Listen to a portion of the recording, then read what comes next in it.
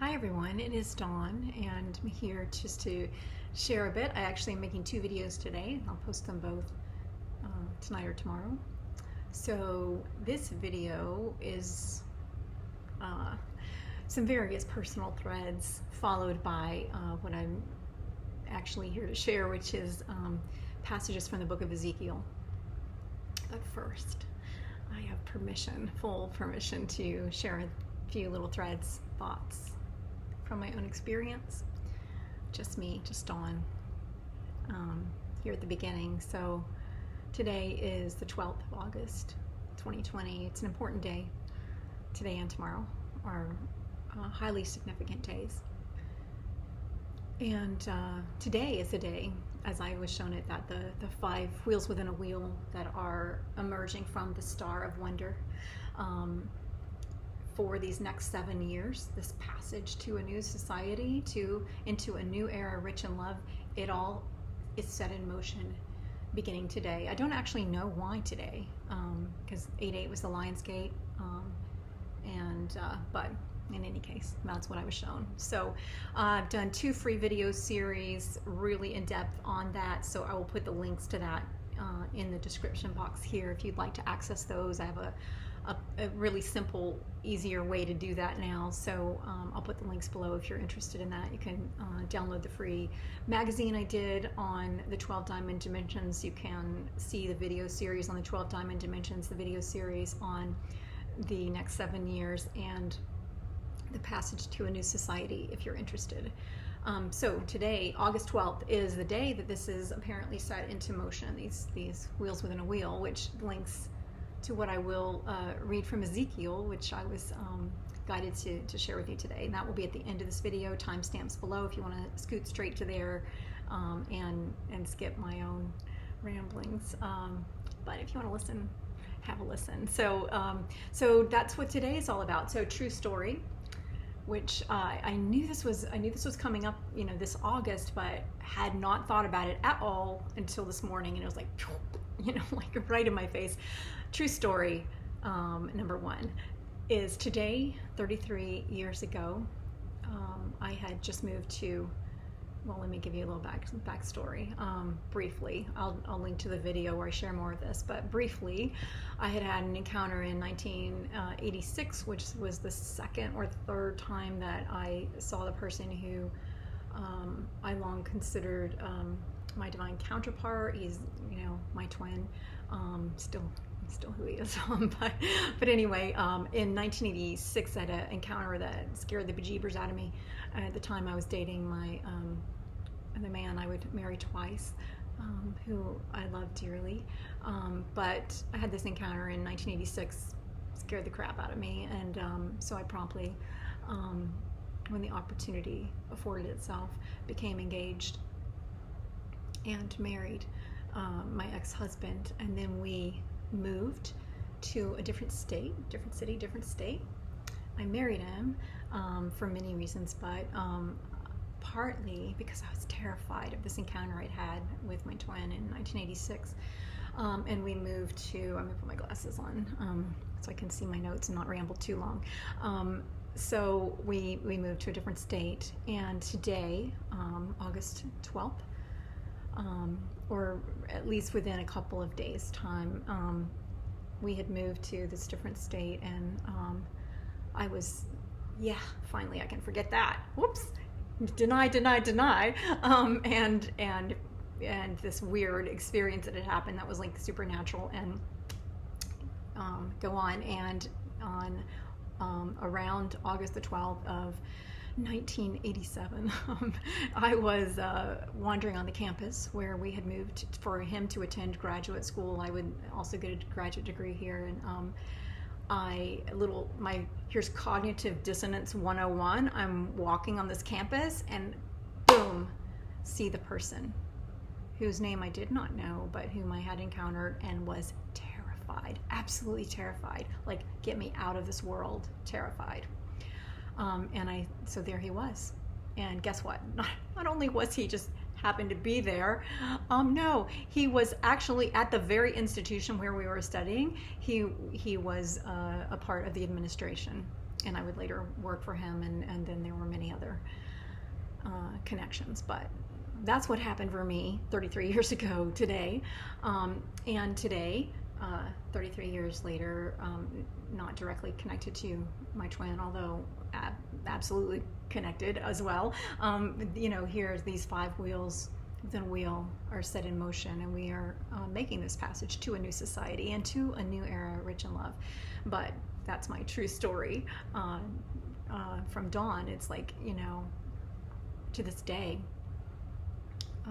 probably every human part of me would want nothing more than to stop. No, don't want to acknowledge. But my soul came here to walk a different path. True story number 2 brings me to this morning. So I had remembered this, and I was like, I'm taking a shower. No, okay, acknowledge, accept, choose love, take a shower, and shake it off, and let's do something different today. True story number 2, I sit my computer down on the little shelf in the near the kitchen in the bathroom where I'm staying, and I hop in the shower, and my computer literally starts playing some audio randomly that I have not played any time in the last months anyway. Guess what the audio is? The audio is the second video in the Sacred Partnership series on walking in the way of wholeness, and it's actually playing up. I'm like, I know I am not in the mood to do that today. God, thank you very much. I will, of course, do it. But the part that's playing, is a portion where, the book that I wrote, which is, I'll put the link below as well, but is responses that I received based on my own questions about this path, and about what it means to, what the radical redefinition of relationship is all about, and what the opportunity for each one of us is when we come with freshness to relationship. In this particular video number 2, I may get this done today, or it may be later this week or next week, but it's all about walking in the way of wholeness, and understanding that we need to change our from the very outset of any relationship of any kind, but particularly partnerships, marriages, and those partnerships where we are willing to enter into the sacredness of a union of any kind, that it is imperative that we shift the way we are approaching that, and so this is about integration and wholeness. Back to true story number 1. Like 33 years ago, when I had married to ignore what had actually happened, and then boom, this person who I had yet to meet, by the way. But anyway, there he was, and I was like, oh, okay. And then a week later, I call randomly to get to interview for some work, and I'm talking to this person, and I'm like, oh my gosh, I knew intuitively that's the same person. Sure enough, it was. And then so 4 or 5 days after that happened 33 years ago was what is referred to as the Harmonic Convergence in 1987, and I had a very significant experience, somewhat mystical, but also very earthly, and it was my agreement to walk this path I've walked for the last 33 years. I have a little bit longer through the end of August, not October, no, August, through the end of August. That's my commitment. Straightening that out. All right, I'll be back about that. But anyway, 4 or 5 days after that happened, 33 years ago, was the Harmonic Convergence and this experience I had. Which brings me to true story number 3, which is that I have made a personal request that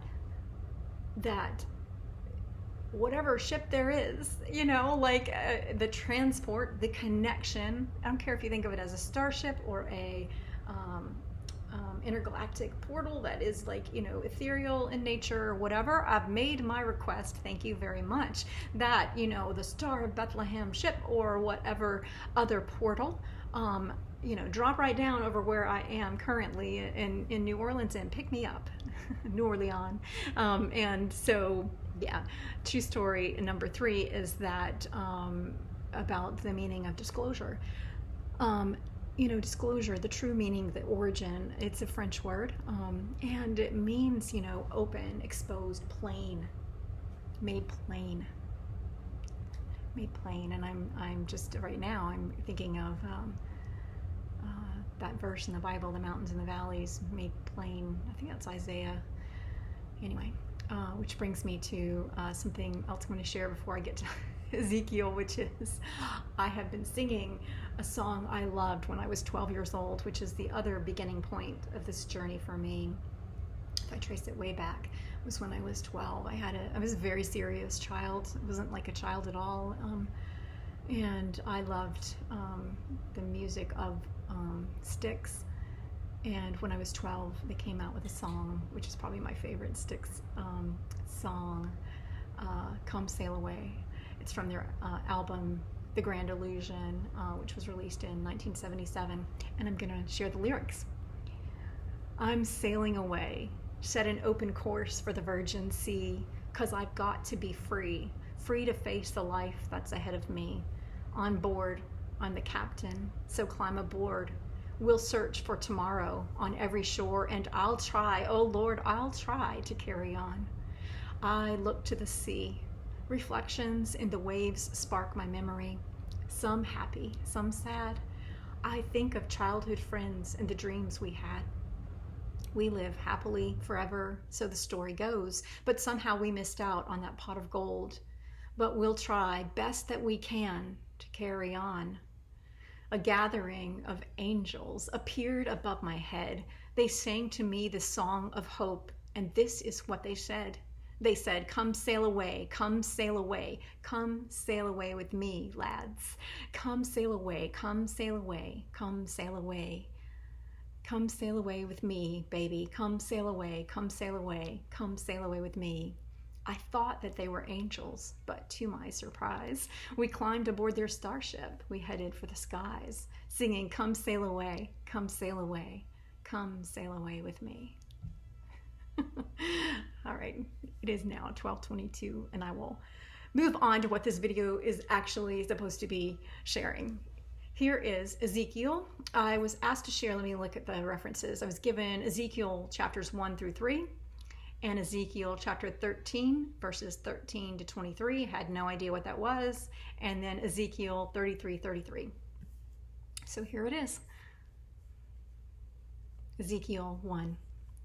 In my 30th year, in the 4th month on the 5th day, while I was among the exiles by the Kabar River, the heavens were opened and I saw visions of God. On the 5th of the month, it was the 5th year of the exile of King Jehoiakim. The word of the Lord came to Ezekiel, the priest, the son of Buzi, by the Kabar River in the land of the Babylonians. There the hand of the Lord was on him. I looked, and I saw a windstorm coming out of the north, an immense cloud with flashing lightning and surrounded by brilliant light. The center of the fire looked like glowing metal, and in that fire was what looked like 4 living creatures. In appearance, their form was human, but each of them had 4 faces and 4 wings. Their legs were straight, their feet were like those of a calf, and gleamed like burnished bronze. Under their wings, on their 4 sides, they had human hands. All 4 of them had faces and wings, and the wings of one touched the wings of the other. Each one went straight ahead. They did not turn as they moved. Their faces looked like this. Each of the 4 had the face of a human being, and on the right side, each had the face of a lion, and on the left side, the face of an ox. Also, each had the face of an eagle. Such were their faces. They each had 2 wings spreading out upward, each wing touching that of the creature on either side, and each had 2 other wings covering its body. Each one went straight ahead. Wherever the spirit would go, they would go, without turning as they went. The appearance of the living creatures was like burning coals of fire or like torches. Fire moved back and forth among the creatures. It was bright, and lightning flashed out of it. The creatures sped back and forth like flashes of lightning. As I looked at the living creatures, I saw a wheel on the ground beside each creature with its 4 faces. This was the appearance and structure of the wheels. They sparkled like topaz, and all 4 looked alike. Each appeared to be made like a wheel intersecting a wheel, As they moved, they would go in any one of the 4 directions the creatures faced. The wheels did not change direction as the creatures went. Their rims were high and awesome, and all 4 rims were full of eyes all around. When the living creatures moved, the wheels beside them moved, and when the living creatures rose from the ground, the wheels also rose. Wherever the spirit would go, they would go, and the wheels would rise along with them, because the spirit of the living creatures was in the wheels. When the creatures moved, they also moved. When the creatures stood still, they also stood still. And when the creatures rose from the ground, the wheels rose along with them, because the spirit of the living creature was inside the wheels, was in the wheels. Spread out above the heads of the living creatures was what looked something like a vault, sparkling like crystal and awesome. Under the vault, their wings were stretched out one toward the other, and each had 2 wings covering its body. When the creatures moved, I heard the sound of their wings, like the roar of rushing waters, like the voice of the Almighty, like the tumult of an army. When they stood still, they lowered their wings. Then there came a voice from above the vault over their heads as they stood with lowered wings. Above the vault over their heads was what looked like a throne of lapis lazuli, and high above on the throne was a figure like that of a man. I saw that from what appeared to be his waist up, he looked like a glowing metal, as if full of fire, and that from there down he looked like fire, and brilliant light surrounded him, like the appearance of a rainbow in the clouds on a rainy day. So was the radiance around him. This was the appearance of the likeness of the glory of the Lord. When I saw it, I fell face down, and I heard the voice of one speaking. Chapter 2. He said to me, "Son of man, stand upon your feet, and I will speak to you." As he spoke, the Spirit came into me and raised me to my feet, and I heard him speaking to me. He said, "Son of man, I am sending you to the Israelites, to a rebellious nation that has rebelled against me. They and their ancestors have been in revolt against me to this very day. The people to whom I am sending you are obstinate and stubborn.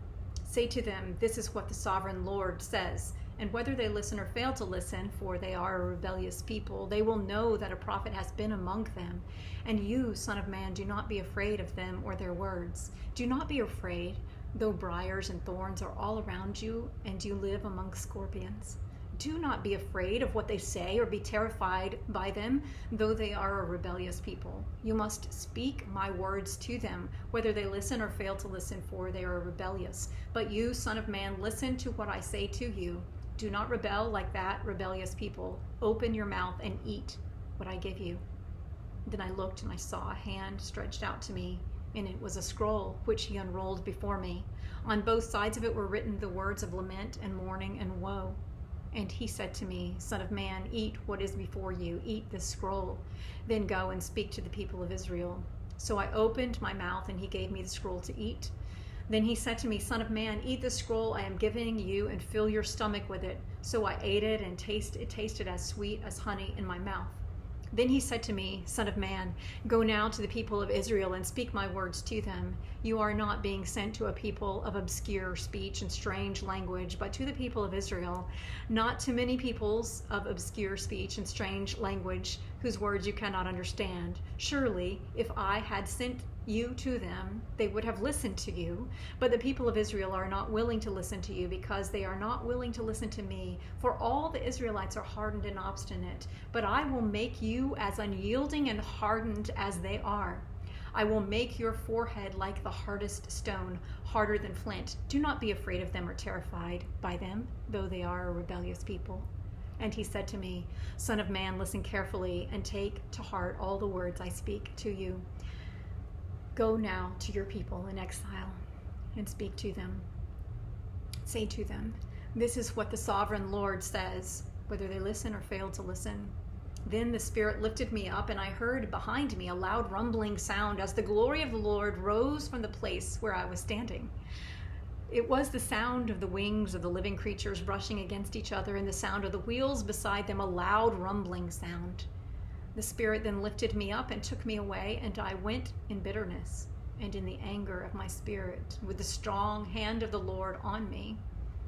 I came to the exiles who lived at Tel Aviv near the Kabar River, and there, where they were living, I sat among them for 7 days, deeply distressed. At the end of 7 days, the word of the Lord came to me. Son of man, I have made you a watchman for the people of Israel. So hear the word I speak and give them warning from me.